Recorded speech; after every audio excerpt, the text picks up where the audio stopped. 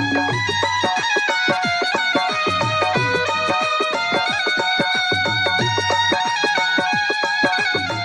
संत समाज, धर्म प्रेमी बंधुओं, श्रद्धा मूर्ति बहनों, जीवन का जो आनंद है, जीवन का जो सुख है, जीवन का जो कर्तव्य है, उस जीवन के कर्तव्य को पालन करते हुए जो जीवन का जो आनंद है, जीवन का जो सुख है, उसकी कुछ बात ही अलग होती है। लेकिन अगर जो कर्तव्यों के पालन को ठीक तरीके से करें ना, हम आश्रम में रहते हैं, घर में रहते हैं, परिवार में रहते हैं, और उन कर्तव्यों से हम विमुख होना चाहें, जितना हम विमुख होंगे कर्तव्यों से, उतना हमारे मन में मलिनता पैदा होगी। और जब मन में मलिनता पैदा होगी तो हमारा जीवन के जो हिस्सा है वो मन कहलाता है, वो मन हमारा दूषित होगा। मन में ठीक तरीके से अच्छी आदतें नहीं बनेंगी, क्योंकि आदत मन की है। मन में अगर जो गलत आदत पड़ गई तो गलत आदत जीवन में बहुत दुखद पैदा करती है, दुख पैदा करती है। और जब जीवन में दुख आ जाता है, जीवन नरक पैदा हो जाता है। अब वह मन किसी के साथ में रह करके भी सुखी नहीं हो सकता है। साहब कहते हैं कि संगत कीजिए साधु की। इस साधु की संगत करने के बावजूद भी मन में अगर कुटिलता है, संगत का असर नहीं पड़ता है। संगत है संतों की, संगत है गुरुजनों की, लेकिन मन के अंदर कुटिलता भरी हुई है, मन के अंदर चंचलता भरी हुई है। और जब चंचलता मन के अंदर भर जाती है तो मन में जो कुटिलता होती है वह हमें सुख से दूर करती है, शांति से दूर करती है। हमारे जीवन में जो कुटिलताएं हैं वो खत्म करने में सहायक नहीं होती है, बाधा डालती है। उन बाधाओं से मुक्त होने के लिए हमें मन को ठीक तरीके से पढ़ना पड़ेगा और उसको हमें अपना गुलाम बनाना पड़ेगा, हमें उसे चलाना पड़ेगा, हमें उसे सीख देनी पड़ेगी। सदगुरु कबीर साहब मन पे बहुत बात करते हैं। ई मन चंचल, ई मन चोर, ई मन सुध ठगहार, मन मन करते सुर नर मुन जाड़े, मन के लक्ष्य दुआर। तो कुल मिलाकर के मन की बात क्यों करते हैं? हर व्यक्ति अपने परिवार से इतना दुखी नहीं है, अपने घर से इतना दुखी नहीं है, अपने रिश्तेदारों से इतना दुखी नहीं है, अपने परिवार के कुटुंबियों से इतना दुखी नहीं है, पड़ोसियों से दुखी नहीं है, जितना अपने मन से परेशान है। मन निर्मल हो गया तो जीवन के बहुत सारे दुख समाप्त हो जाते हैं। जीवन का सारा सुख जो है हमारा बहुत नजदीक सुख के पास पहुंच जाते हैं। इसलिए हम अपने जीवन को झांकें और मन को ठीक तरीके से चलाने का प्रयास करें। मन गंदा तो कटौती में आपके गंगा भी नहीं आएंगी। गंगा का मतलब होता है, अभी आप लोगों ने देखा होगा, सुना होगा, कुछ लोग गए भी होंगे, कुछ लोग क्या, लगभग दुनिया की सबसे बड़ी आबादी बनी हुई है प्रयागराज। उस प्रयागराज में हर व्यक्ति का मन हुआ डुबकी लगा करके अपने जीवन को धन्य बनाना चाहा, लेकिन उसका असली राज, असली अर्थ गंगा का, महाकुंभ का असली अर्थ संतों के चरणों में बैठ करके सत्संग सुन करके हो सकता है।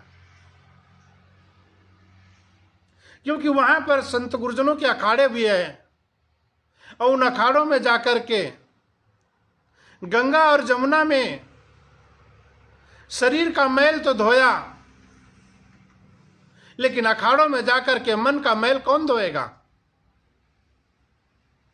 हम आप लोग जाएंगे और संतों के दर्शन करके अखाड़ों में जाकर के अपने मन के मैल को धुलेंगे, और जितना मन का मैल धुलेगा उतना हमें गंगा का अर्थ पता चलता चला जाएगा और गंगा का असली राज पता चलेगा। गंगा मां के दर्शन से ही नहीं, साधु संत वहां बैठ करके अखाड़े में जो हम लोगों को, आप सब लोगों को सत्संग सुना रहे हैं, ज्ञान की जो बातें हैं, उसके बीच में जो छुपी हुई रहस्यात्मक नदी है, वह आप लोगों को दर्शन नहीं होती है, आप लोगों को दिखती नहीं है। उसी का नाम है सरस्वती। और सरस्वती को कहते हैं ज्ञान की गंगा।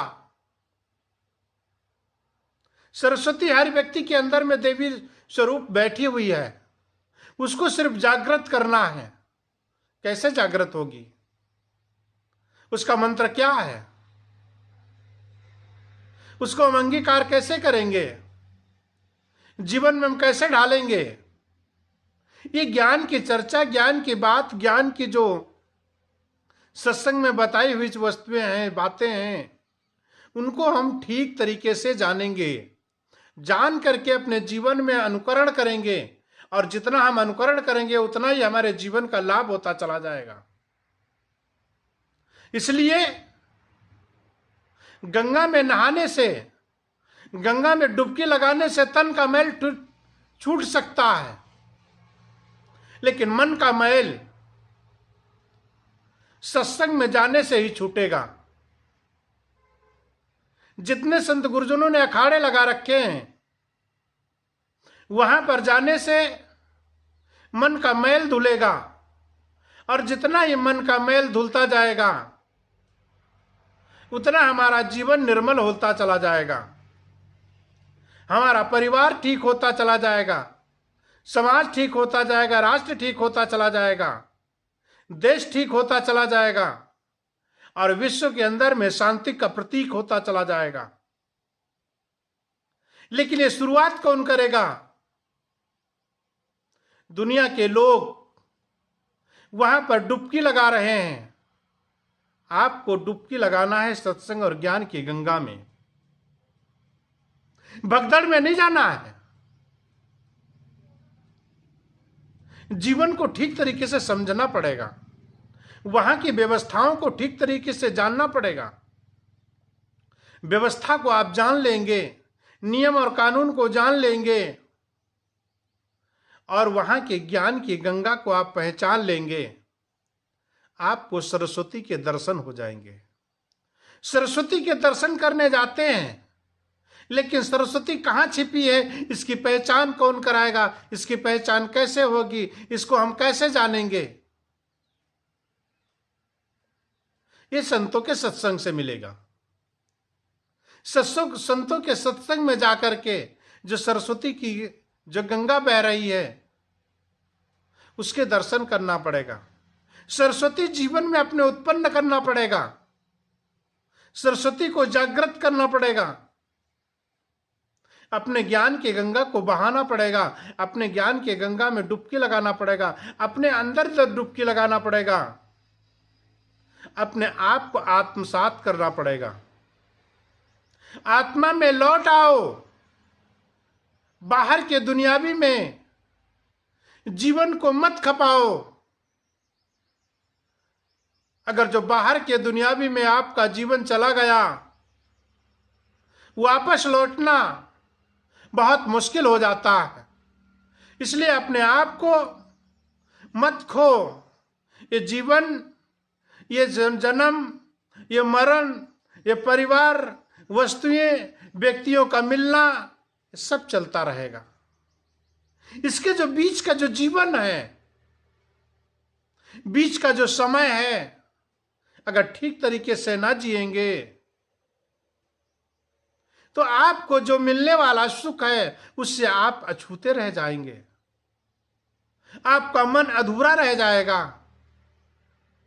इसलिए मन को अधूरा ना छोड़े, मन को ठीक तरीके से जिए, मन को ठीक तरीके से समझें। जितना आप समझेंगे, जितना जिएंगे, उतना सुख मिलेगा, शांति मिलेगी। और सुख शांति के लिए ही हम लोग यहां पर बैठे हुए हैं। सुख शांति के लिए हम प्रयाग जाते हैं, सुख शांति के लिए काशी जाते हैं, मगहर जाते हैं, संतों के पास में बैठ करके चरणों में उनकी पूजा करते हैं। क्यों जाते हैं? अपने मन की शांति के लिए ही तो जाते हैं, अपने जीवन को समझने के लिए ही तो जाते हैं। और हमने अपने जीवन को ठीक तरीके से समझा ना, जीवन को ठीक तरीके से जाना नहीं, जीवन को ठीक तरीके से जिया नहीं, तो हमारे जीवन जीने का मतलब, मकसद क्या हो जाएगा? इसलिए अपने मकसद को समझना पड़ेगा, अपने मकसद को जानना पड़ेगा। हमारे जीवन का लक्ष्य क्या है, उस लक्ष्य को पहचानना पड़ेगा। भीड़ में नहीं, अपने जीवन को अकेले समझना पड़ेगा, अपने जीवन को अकेले जीना पड़ेगा। इसलिए अपने जीवन को समझो ठीक तरीके से और जीने का प्रयास करो। जितना हम जिएंगे उतना हमें सुख मिलेगा, जितना हम दूर रहेंगे उतना हमें दुख मिलेगा। इसलिए मन की चाल को ठीक से समझो और मन को अपना गुलाम न, मन के गुलाम मत बनो, मन को अपने गुलाम बना करके रखो। मन को ठीक तरीके से जीवन जीने का सही तरीका दो। अगर मन ठीक तरीके से जिएगा तो आपका परिवार सुखी रहेगा, आपका परिवार, आपका समाज, आपका राष्ट्र, आपका सब कुछ सब मस्त शांति से व्यतीत होगा। और शांति ही जीवन का सबसे परम लक्ष्य है। अगर शांति खत्म हो गई, आपके जीवन में क्रांति नहीं आएगी। और वह क्रांति ज्ञान की क्रांति आनी चाहिए, वह शांति की क्रांति आनी चाहिए, वह जो है जीवन के लाभ की क्रांति आनी चाहिए।